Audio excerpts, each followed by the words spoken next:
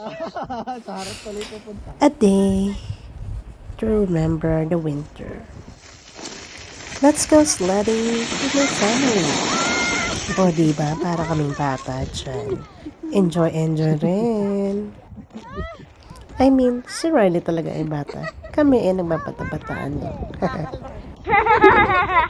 Layo din para na nararating. Yeah, yes. Ito palang sledding place na to ay malapit lang sa amin. Kaya naman nilakad din namin habang maganda ang panahon. Diba? Bumalik kami sa pagkabata. O ayan o. Ang baba-baba naman pero panisigaw ako. Naalala ko tuloy nung maliliit kami. Napapadaos-dos kami sa bundok. Gamit-gamit ang kahoy. Ngayon sa snow na. Wow! Ito pala yung ganitong hobby ang gusto nilang ginagawa pag snow. Yung mga bata enjoy na enjoy. Oh, tingnan mo nga. Ito nga, taas-taas oh. Feeling ko talaga atakihan ako pag din ako sa taas na yan. Hindi pwede yan dyan. Tingnan mo oh. Walang takot-takot. Ay, si Riley. Nasa taas. Medyo natatakot pa siya ng konti. Pero kera niya lang. Basta remember to balance lang. Matututo ka mag-balance. Nako, mapapadasal pa nga ako pag ganyan kataas. Ang taas eh. Ayan na nga, oh. Di ba? Oh. Yan. Buti hindi nasira yung sled. Huwag na. Huwag na yung ganun kataas. Nakakatakot eh. Gosh. Nako, si grandma. Pero carry naman Tatakot nga, naninilood lang yan, ha?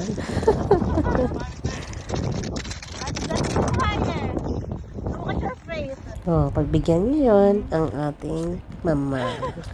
Ang ganda-ganda nga naman ng panahon, no? Balot na balot siya, oh. Tignan mo. Huwag kang umangin, maaraw. Ako, kape-kape din kami pag may time. Napagod. Diba? Ang ganda ng panahon. Best time to enjoy the winter. Pero medyo malakas din ang hangin dyan.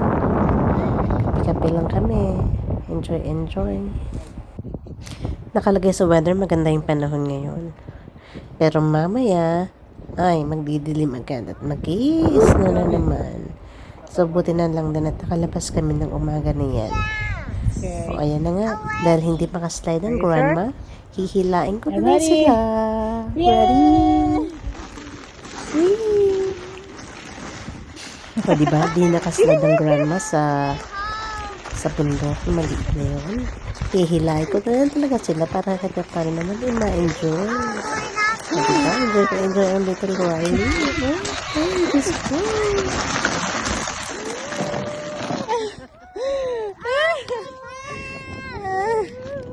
That's so fun, right? Yeah. At ayan pa nga, humilit pa nga ako. Humilit pa nga ako ng isa pang slide, diba?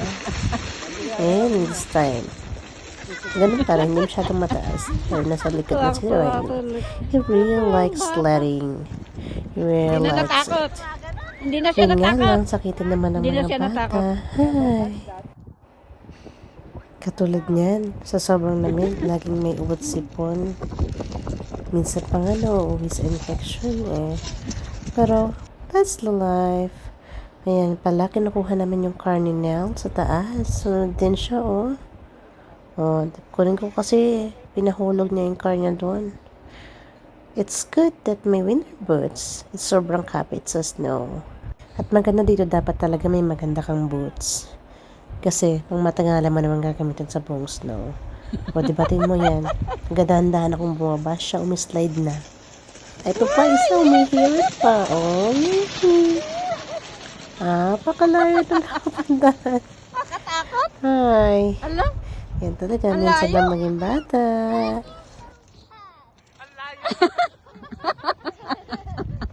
Ang layo. Ay, nakatakot. Ayoko. Dito ka lang masa malapit. Ayoko nga. Masubsob pa mukha ko. Okay, hanggang dito muna lang ako. See you in my next vlog. Babush! Ang laki-laki pang tao. Kasi kanina na